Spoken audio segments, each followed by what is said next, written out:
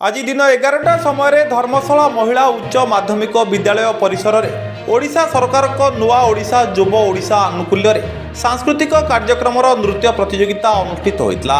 धर्मशाला महिला उच्च माध्यमिक विद्यालय अध्यक्षा नमिता परिड़ा सभापतित्व में अनुष्ठित सांस्कृतिक कार्यक्रम नोडाल अफिसर मांगलिक दास कविता सामल प्रवासीन प्रधान सूर्यमणि बारिक देवमती मिश्र सुनीता महांती सुश्री राउत सुभाष चंद्र साहू लक्ष्मीधर बराड़ कार्तिक चंद्र बेहरा श्यामसुंदर बारिक प्रमुख जोगदे छात्री मानकर नृत्य परिवेशन को भूयसी प्रशंसा करते एवं ओडिशा सरकार एतादृश कार्यक्रम छात्री मानक प्रतिभा खोजिबारे यथेष्ट सहायक हो पारिबो बोली समस्ते उपलब्धि कले।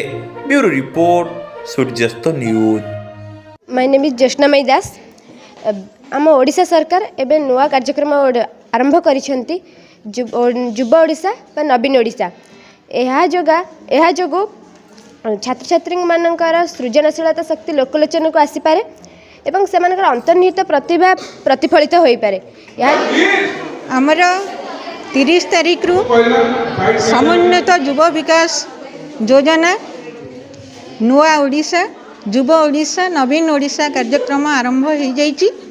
आज से कार्यक्रम प्रतियोगिता थिला।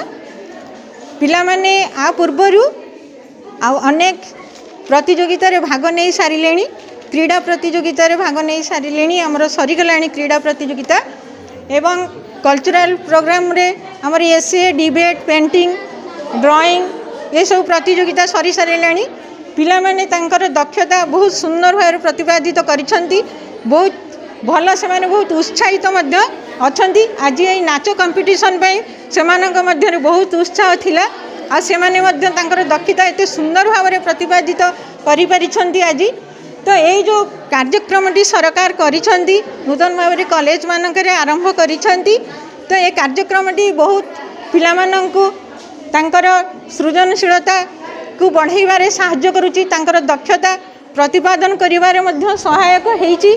से माने बहुत उत्साहित अछंती। आ एथिरे मध्य आमर धर्मशाला विधायक माननीय धर्मशाला विधायकर प्रतिनिधि माने मध्य आज जोग देइछंती। सेमानकर सहयोग मध्य एथिरे रहिछि। बहुत एरे सहायक करुछंती।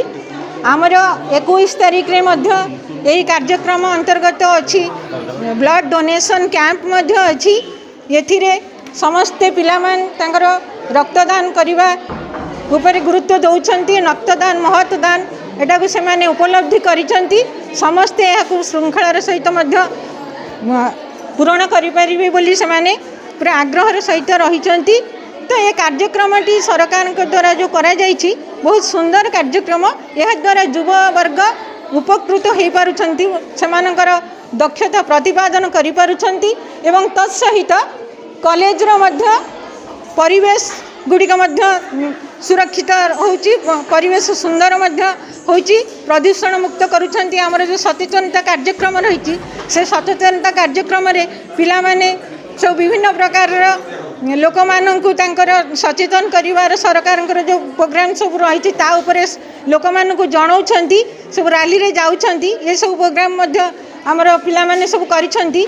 तो पिला माने एहा द्वारा बहुत उपकृत हेइ पारिछंती।